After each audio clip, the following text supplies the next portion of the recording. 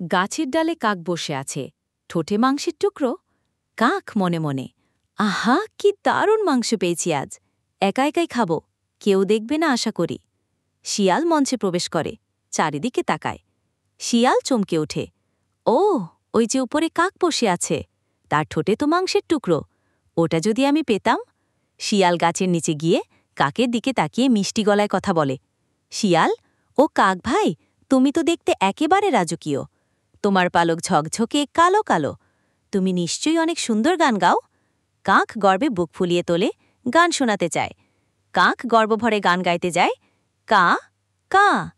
ঠোঁট খুলতেই মাংসের টুকরো পড়ে যায় নিচে। শিয়াল তাড়াতাড়ি সেটা তুলে নেয়। শিয়াল হাসতে হাসতে, হা হা, ধন্যবাদ কাক ভাই, চাটুকারিতা কাজ দিয়েছে, এখন আমি খেয়ে নেব।